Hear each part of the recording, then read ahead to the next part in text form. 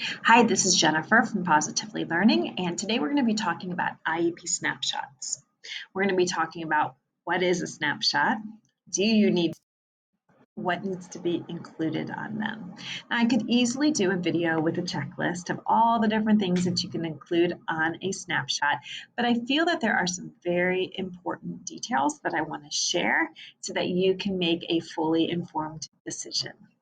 Okay, so what is a snapshot? You may also hear these called an IEP one-page summary or IEP at a glance. And it's exactly what it sounds like. It's a one-page summary of all the major components, the most important information from the IEP. Now, in my history, IEPs tend to be about 25 pages, maybe more. And so a snapshot is a huge time saver so that I can access the information quickly. I may use them to share out with staff members who are going to be working with students on my caseload. I may also use this snapshot myself when I'm sitting down for scheduling, administering testing accommodations, maybe planning for small groups. So they can be very helpful. It is important to note that although the snapshot is not a requirement, it still is going to be treated as a confidential resource because it includes all that information from the full IEP.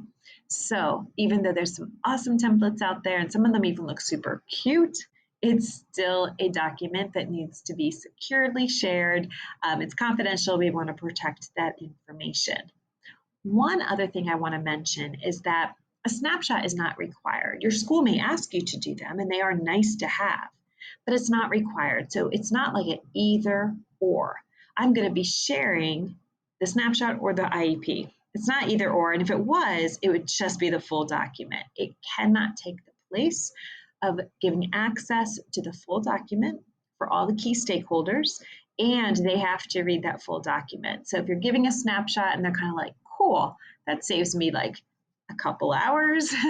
We don't want to give a snapshot for that reason. We want to give it so that that information can be quickly accessed, but it doesn't replace the full document. All right, enough said about that. Now, what does the snapshot include? Before I start going through this list and tell you how I did them, I do want to mention that you may want to check with the IEP writing system that you use. Our system that we used in the state that I taught in provided a snapshot. So instead of printing out the full IEP, you could just print out the snapshot. However, it was not great. It was teeny tiny font, so it was hard to read, which defeated the purpose. And there was also a lot of wasted space. And although I love white space for organizing, there was so much wasted space. It was more than one page, which also defeats the purpose. An IEP snapshot or IEP at a glance should be all on one page so you can easily glance at it and get the information that you need. There's a lot of templates out there. I'm going to be sharing one that's inside the Special Educators Bundle, the one that I used. Be careful if you're seeing a lot of graphics, a lot of fancy borders and things like that.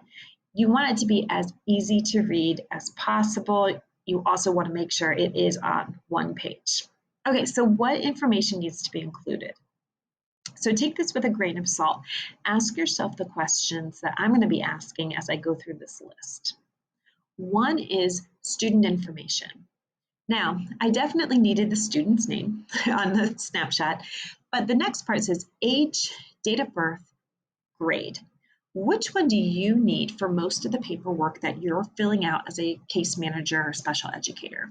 At the school I taught at, we needed to put date of birth for so many different paperwork filing.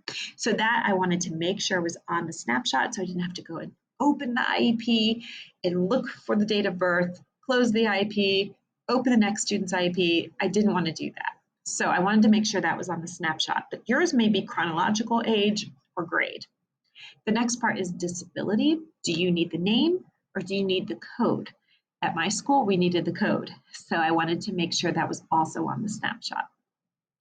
Putting in the contact information and putting the IEP dates, the start and the finish. So all of that on the template is in the same spot.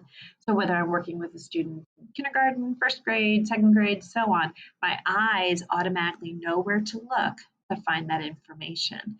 Now, I will also mention that my school had student ID numbers, and it was like 9 or 10 different digits and impossible to memorize, but we had to enter them everywhere. So I wanted to make sure that was also on the IEP snapshot. So think about your school. What information do you need to access quickly?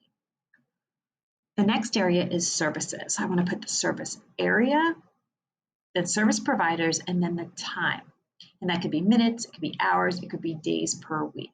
Now, service providers is up to you. There were many years that we only had one SLP at our school working with our students. So I really didn't need to put the service provider. I already knew who she was. I had her contact information. I pretty much had her on speed dial. So you didn't necessarily need to put that in there. That is up to you. I'm always for saving space because I think if there's less on the page, then I'll be able to find what I need easier. Okay, the next is goal areas. So I want to put the goal area, the goal, and the objectives. You can put the dates with the goals. However, I put that up in the student information where I put the IEP start and finish dates because then I just listed it once and it wasn't with every single goal. So I just thought that saved me some room. All right, I really like using IEP snapshots for this reason. When I'm writing the goals and objectives on that one-page summary, I can use abbreviated language and I'm choosing the language. So we're writing more formal goals and objectives for the full legal IEP document. We often used very similar language. So of course, we spent time writing the goals and talking about the goals and accepting those. Still, from a glance, some of them could look really similar to each other. Here, we don't have to worry about that. If I'm writing objectives for phonemic awareness and phonics, clearly those are very different things, easy to see, easy to access very quickly on this goal sheet or on this snapshot. The next section is accommodations and modifications, if applicable. Very helpful if this is organized with a checklist, bullet points, a chart. I have another resource that talks about how to make an accommodations matrix, and this would be perfect to put into the snapshot. So I'll be sure to link that below. And the last section is supplemental aid services, additional information. So what else do we want to know or make sure others know about this child? Are there any allergies, any medical information? Is there a behavior intervention plan?